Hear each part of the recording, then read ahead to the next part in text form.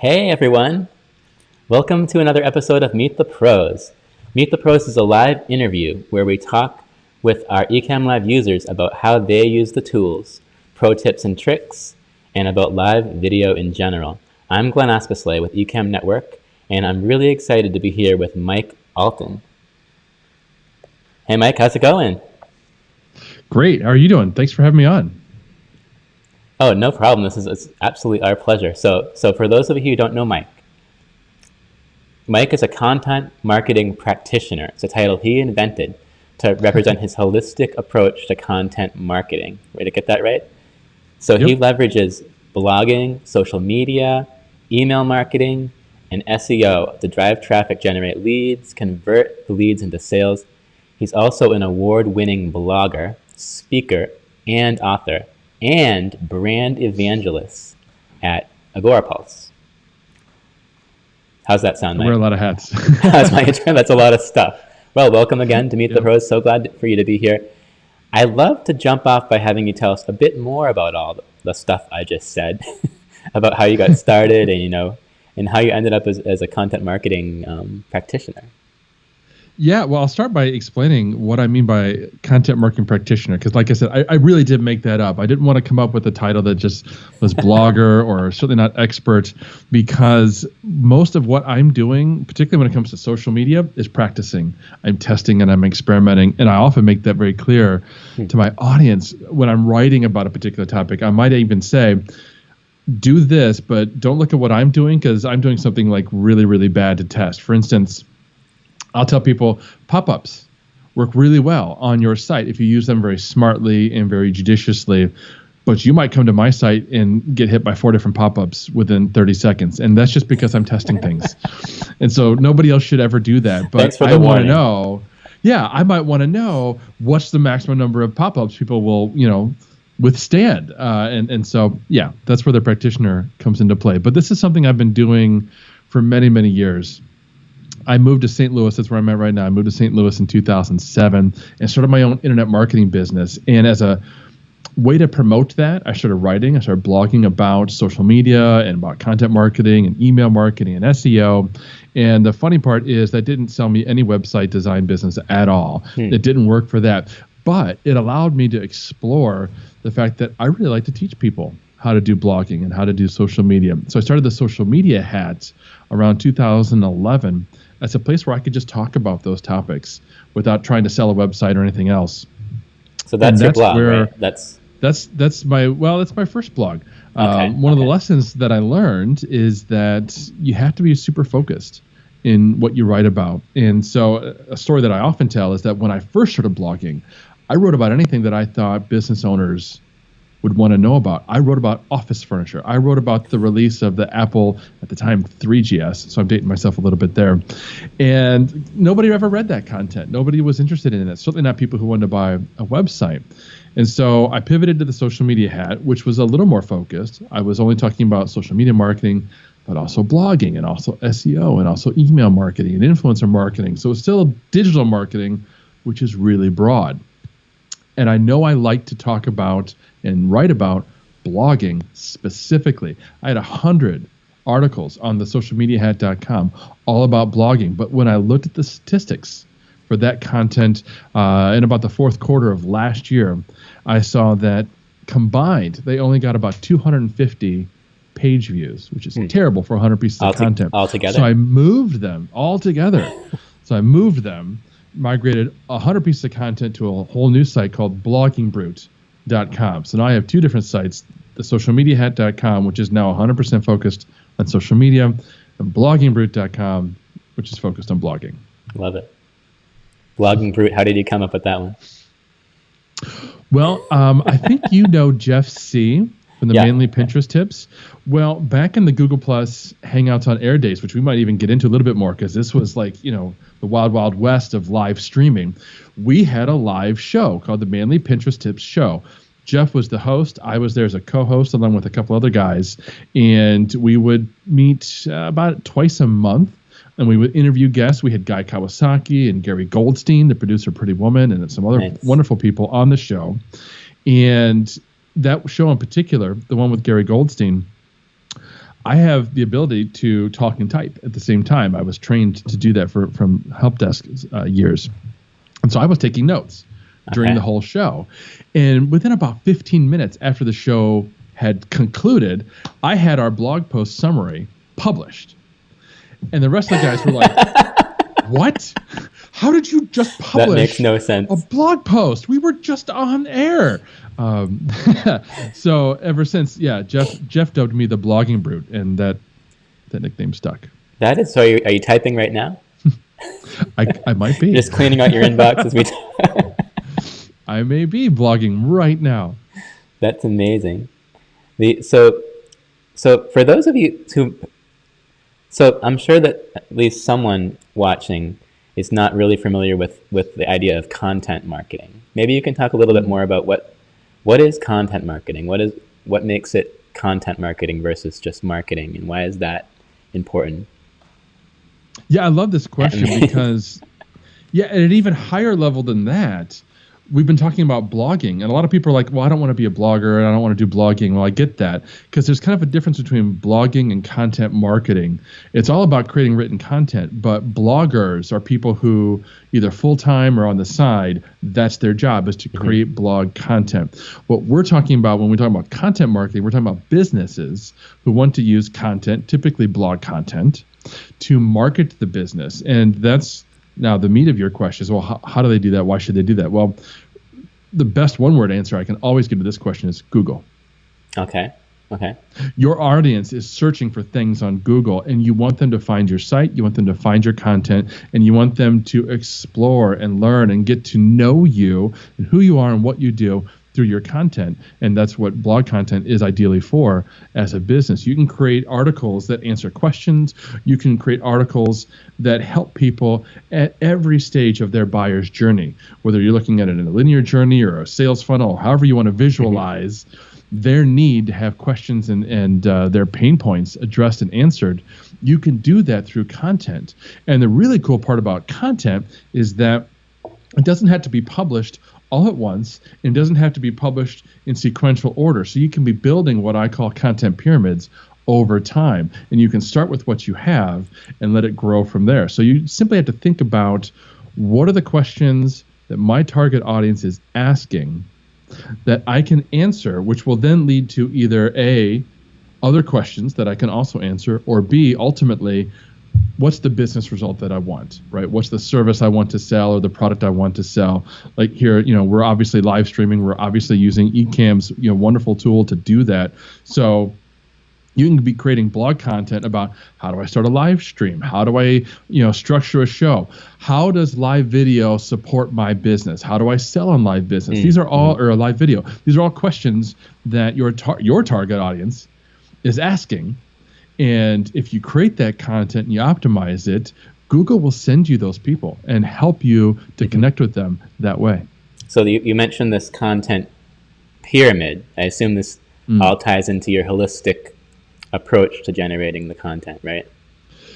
Right. And now for me, a pyramid is just a way to kind of visualize how we're building this content and how we're structuring it.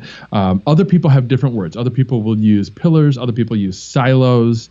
And it's just, again, a way to organize and visually structure all the different pieces of content that we're creating. Nobody outside of the company will see that. It's not obviously a pyramid or anything on your site. It's just a bunch of blog posts that are published. But how they're linked together and how we plan and form them so that they accomplish something important, that's why I like to visualize a pyramid. At the top of that pyramid is your page that sells. It sells your business, it sells your product, your service, whatever it is that you want to get people to ultimately. That's at the top. That's the pinnacle of the pyramid. Below that, you'll have very important topics that you will write about, and you will answer very important questions that lead people into that purchase. And then below that, you might have other kinds of blog content. And this is going to be very high-level stuff, brand awareness type things. 10 reasons to live stream for your business, or the 6 places that you can live stream today, or how to live stream on Facebook, all these kinds of very high level, broad appeal types of content. Now, all of that can be supplemented with video and social media and email marketing to drive people into the bottom of that pyramid so that they travel up to the pinnacle. And the best part about it for me, this is what I really enjoy and I like to geek out. If you flip that pyramid upside down, it's a sales funnel. So you got people coming in the top, right, where this brand awareness stuff, where they're just learning about, how do I live stream and that sort of thing. And then they're traveling down that funnel to the point where they're actually making a purchase. Interesting. And talk a little bit more about how video and live video tends to fit into that. Oh, there's so many wonderful ways that you can use live video. The most important point, I think, about live video, and which applies to no matter how you use it, is that because of the nature of this medium, you can see me, you can hear me. You're not just reading words on a page, right? So I'm communicating so much more than the words that I'm using right now. And if I'm doing it well, that fosters trust. That allows us to build rapport. That allows you and I and me and the audience to get to know each other better. And if you can get your audience to know, like, and trust you, they're going to buy from you. And video accomplishes that way faster than any other medium because it employs all these other things at the exact same time. Audio is just audio, right? So podcasting is great. Blogging is great. Obviously, I love blogging, but those mediums are limited. So knowing that psychology behind video, now we can figure out ways that we can implement that.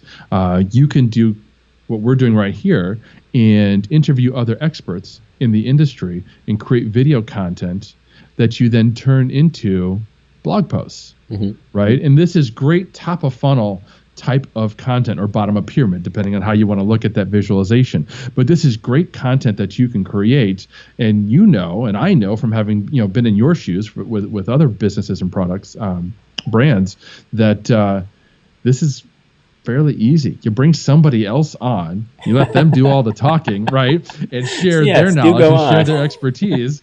I know this is very meta that we're talking about what we're talking about, but this is what any business can do. Whether you're a small mom and pop shop or a full-blown enterprise, you can find partners and experts, whether they're people within your business or outside of your business, and interview them and create high-level, great topical conversation and content at that point. And of course, by doing it the way that we're doing it, we get the added benefit of creating social content and social engagement, which is really awesome. The other thing that you could do is start with the written content. And this is particularly good if you're talking about what Marcus Sheridan referred to as bottom of funnel content, where you're comparing and contrasting and you're really delivering a lot of deep, important information that's going to end up converting people. You can take that kind of content, that like long form content, and do a show about it, or do a webinar about it. Do some kind of video that helps explain that. Stephanie Liu and I did that last year when GDPR, the regulations out of Europe, were released, or actually they were about to be released, right? We created actually a couple of really, really deep pieces of content on my site that explained it. It was a very complicated topic. We explained it in depth. And then we did a show that walked people through it all. And we had notes, and we had the blog post up on screen and that sort of thing. And we talked through people, and we helped educate them on that content. But the show was there, honestly, to drive awareness and traffic to the blog content. Well, I mean, I think that probably everybody in the world Googled GDPR at some point last year. So that's a really interesting idea to pick a hot topic like that and just go crazy on it and generate searchable content like that. Yeah, exactly. You mentioned Stephanie. I remember the show. There was a 360 Marketing Squad show where you were you would just pick a topic and just kind of chat about it, right? I mean, it wasn't really an interview so much. It was like a sort of meeting of the minds. Yeah, it was a panel because it was me and Steph and Jen Herman and Amanda Robinson, the four of us, right, the 360 squad. And we still have our private membership group. But yeah, we did a season of 10 episodes starting in 2018 and going into this year, 2019. And yeah, each show we had a main topic that we wanted to cover, and we had some points that we wanted to discuss, and we just kind of went round robin, just like if you were at a live panel discussion at a conference, and it was really fun. And of course, we used Ecamm for all those shows. Right, nice. So you brought people in with as Skype guests, and then Yep. Nice. Yeah, this is fun. I was telling Mike before the show. We always get this great opportunity when we do bring in experts live to use our own software, and my brain is always just going like, talking about, what can we add? How can we make this better? Is this working properly? Oh, I see an issue here or something we need to change to make it easier to use. But the hope here is that, this is something that where you can really kind of get past the technology and really focus on the content you're creating and, the conversation that you're having. What kind of tools do you like to use to really kind of, create your content, your live, especially your video and live video content that you find really help you to connect with your guests and your panels? Are there other software or even like gear that you swear by? Yeah, absolutely. The first one that I wanted to mention, it's really simplistic as a tool. It's a Google Doc. Oh, interesting. But the key there is to have a Google Doc that has your whole run of show that talks about your time for introduction, the questions you're going to ask, any information that you want to share with the guest, any special instructions, give them an opportunity to weigh in and that sort of thing. Because I do a show with Agora Pulse every Friday afternoon. And I'm the remote producer. I've never been in the show. Oh, interesting. I'm a producer from the back end. And it's our social media manager, Jennifer Watson, who hosts the show. And we always have at least one guest on the show. So we have a Google Doc that Jennifer and I both see initially, and then eventually Jennifer shares it, about midweek with the guests so that they're on the same page as to what we're going to talk about. Now, this is particularly important for us because we have segments in our show. Most of the show is the interview, but we also want to have opportunities to talk about product news, industry news. We do trivia in the show and some other fun stuff. We have a show sponsor now that's drawn from our list of ambassadors. So there's all these things that we want to make sure that we cover, and that Google Doc keeps us organized, which is a super simple tool that anybody can use. The other tool I always use is Canva for our graphics. I use Canva for our overlays. I use Canva for all of our promotional graphics. And again, as the producer, I'm doing all of that stuff ahead of time and setting it up live so that the guests have different overlays. Our segments have their own overlays. Like when we do trivia, I've got a full screen graphic that says, "Hey, it's trivia time," right? And then for each trivia question, I've got a full screen graphic that has the question because they're either true or false or multiple choice, and they're always statistics. They're like, what was the percentage of people that watched at least 5 minutes of a video in 2018, pulled from Promo's video survey or something like that. Well, it's complicated. So I put that on the screen, the whole thing, so people can see it. And I use iMovie because we do a 30-second intro video, kind of similar to what you did for your show. So I've got a 30-second intro video that is pretty cool because I kind of pieced together some stock video footage along with some video footage of Jennifer, and then and I have a voice overlay that's me talking about, hey, this is Social Pulse Weekly. Okay. But then I have a segment in the middle of that I swap out every single week for that particular guest. So I go and find some video footage for that guest. Like when we had Mari Smith on the show, I went and found video of Mari Smith and inserted that, and I recorded a new 7-second segment saying, with this week's special guest, Mari Smith. Nice. So you produced that. You just use iMovie, which is pre-installed on every Mac and easy to figure out. It's free. Yeah, very cool. Yeah. And then the last thing I was going to mention is I've got Elgato's Stream Deck, which I love for having those scenes in place. I can kick off the video, bring up a screen share, which is great when we're talking about news. We always have specific links to specific stories. Like something's happening with Instagram, we'll have TechCrunch's story up on a monitor, and I can bring it into the broadcast and show it alongside. So you're just punching throughout the show. You're just punching keys on the Stream Deck to kind of like, there's Mike, there's me. Yeah, exactly. Yeah, that's so easy, so convenient. Yeah, it is nice to be able to set up those scenes and know that you don't have to kind of worry about the technical details during the actual broadcast, and you've got everything ready to go. Because we get tons of people watching the show and asking questions. So I need to be focused on the comments, and bring those in for Jennifer, the guest, to be able to answer and, put them on screen and that sort of thing. So, I want to be as hands off with the tech. I want to make it as smooth as possible for the guest and the host. So you mentioned remote production. You talk a little bit about how you handle the remote production. So you're in St. Louis, doing the actual broadcast. So everyone is basically coming in remotely to the broadcast. Yeah. Is that correct? That's right. So our host is Jennifer. She's in Atlanta. Okay. Our guests have been literally all over the world. And I'm here in St. Louis. So when we're using Ecamm, obviously we use Skype to bring in all the guests in a window. And then with Ecamm, I'm able to pick and choose which cameras are live and which ones aren't, and how they're arranged, and basically control the entire broadcast from here in St. Louis. Very cool. And Canva, you said, is for those who aren't familiar with Canva, why don't you explain a little bit about what that service is?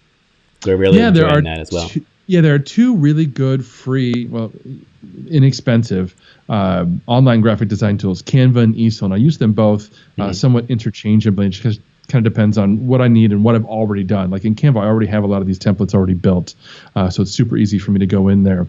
And it's online, so you don't need to buy any software. You can do basic image editing, including setting your background to be transparent. So when you do like a lower third, like what we have right here, with the little logos up here, if I'm getting my finger right, yep. That was, I don't know what you guys used to create it, but if I were to do that in Canva, I can make most of the background transparent. So those are the only elements that are added, and then you guys in Ecamm just pull that on as a scene. Yeah, we have. I'm a Photoshop guy.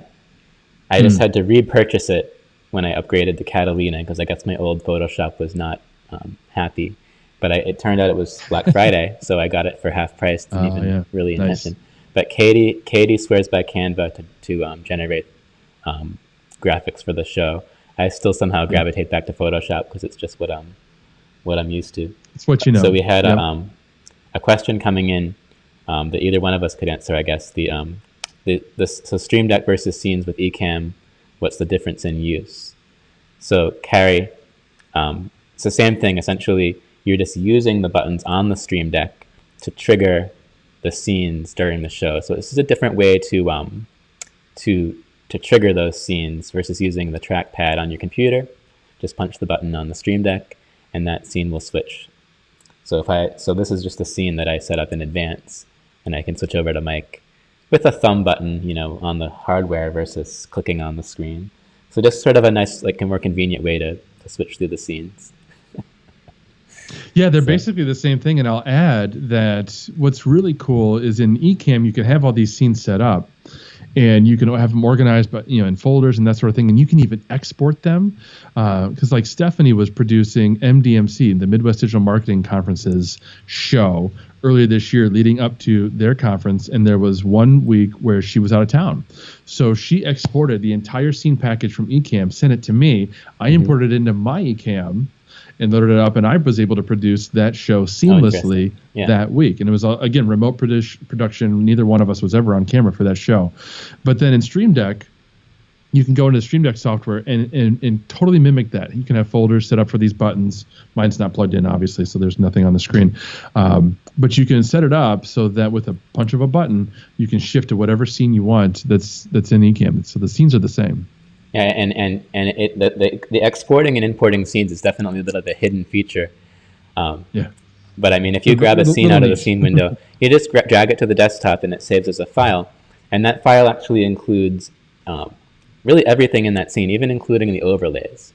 I think the only thing include is like if you were rolling an intro video, the intro video is not going to be in that file. So you got to move that over yourself. And probably the same for like, I know the upcoming version has video backdrops. And I actually don't know the answer to that one, whether those video backdrops are going to be in the scene. But it is very convenient to both for backing up your scenes once they're set up, and for sending them across the country for someone else to produce a video. So thanks for those tips on your gear. That was really fun. We're always learning a lot. And so for your weekly Agora Pulse show, you said you produce it. You really using this Google Doc approach to kind of collaborate throughout the week. When you're actually in the show, are you Are you still using that Google Doc to kind of communicate back and forth with the various people in the show, or are you just kind of winging it from Yeah, I there? wouldn't say so. Yeah, that's just to make sure everyone's on the same page going into it. Once we're in the show, I'll have to say I'm really blessed to be able to work with Jennifer because she used to work for the Weather Channel. So she comes from live TV. She worked for the Weather Channel. Before that, she was doing meteorology at a Dallas TV station. So I have not seen her thrown by anything that has ever happened on any of our video broadcasts. She is always, smooth and clear-headed and collected and calm and excited. And, even we've had guests that had extreme audio video issues and coming on and off. She just rolls with it. Wow. Other people, other scenarios, particularly if you're watching and listening to us and you're thinking, okay, I want to do this for myself, but I'm not very experienced. Having that document handy is super helpful, particularly if it's just you talking on camera. You can have that doc or post-it notes on your screen, whatever you need to outline everything that you want to say and stick to that script. So the key, there's certainly a huge difference between sticking to the script and just completely going off script. And I almost feel like there's like nothing in between. Like once you're off script, you're off script. No way to rein that horse back in. Yeah. And so right now we are streaming, I believe, to YouTube, Facebook, and LinkedIn Live, and we are getting some comments coming in. Do you guys deal with bringing comments in during the show and using those as kind of like a little bit of a framework for your discussion? Absolutely. A little less so with the Agora Pulse show. With the 360 show, I mean that we could spend 20 minutes answering somebody's question.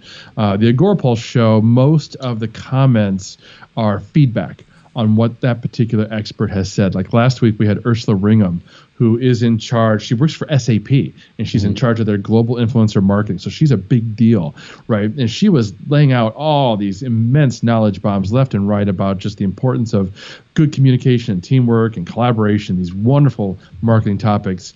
And you could tell it was really resonating with the audience because you could see it in the comments, right? They were like, oh, wow, that's amazing. She's a rock star, blah, blah, blah. And so they were commenting that. And of course, the whole time I'm bringing them in and helping to reinforce what she's saying, through the use of the comments on the screen. And every once in a while, sure, there were specific questions, but that those usually end up being quick answers. Okay, yeah. The reason what made me think of that was sometimes it's the comments that really kind of, when I'm on camera at least, that really throw me off and completely put me on some sort of a tangent, and I can't even really remember what I was talking about before the comment showed up on the screen. So I was wondering if you had some strategies to kind of like, I guess, sort of self-moderate comments, especially if you're on your own. How do you decide, when to take a look at the feedback coming in and when to react to it? Do you have any system for that, or do you just kind of, do it on the fly? Yeah, let's assume for the second you don't have the benefit of a remote producer, right, who's reading all of the comments for you, and that it's just you. Maybe you're talking about a business. Maybe you're going to demo, because I know you do that all the time. Whenever you've got a new beta, you go live into the beta group, right, and you talk about what's changed. And so you have that thing that you want to communicate. And in those instances, it's definitely a good idea to have it written down on a notebook, on Post-it notes. I use actually Evernote personally whenever I have things that I want to talk about and I'm going to go live by myself. I'll have Evernote and I'll have it like really, really small up here close to the camera so that I can be looking at that and not really taking my eye too far off the camera. It's okay if you're going to, but in those instances, it's actually a good idea to be intentional and say, hey, I'm going to check my notes real quick and make sure that I've covered everything that I plan to cover for you guys and have those notes. Or the other thing you could do is use that as an excuse to go look at comments and say, hey, okay, we've been talking for about 5 or 10 minutes and Glenn said some really amazing things.